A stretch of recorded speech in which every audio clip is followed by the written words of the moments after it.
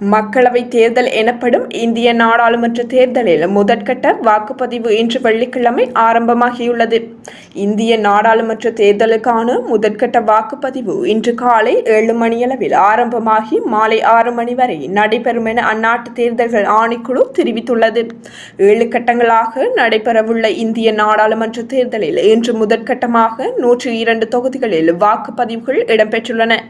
முதற்கட்ட வாக்குப்பதிவுகளுக்காக 16.63 கோடி பேர் வாக்களிக்க தகுதி பெற்றுள்ளனர். அவர்களுக்காக 1,87,000 வாக்களிப்பு நிலையங்கள் அமைக்கப்பட்டுள்ளன. தமிழகத்தில் மக்களவை தேர்தலுக்காக 68,321 வாக்களிப்பு நிலையங்கள் அமைக்கப்பட்டுள்ளன.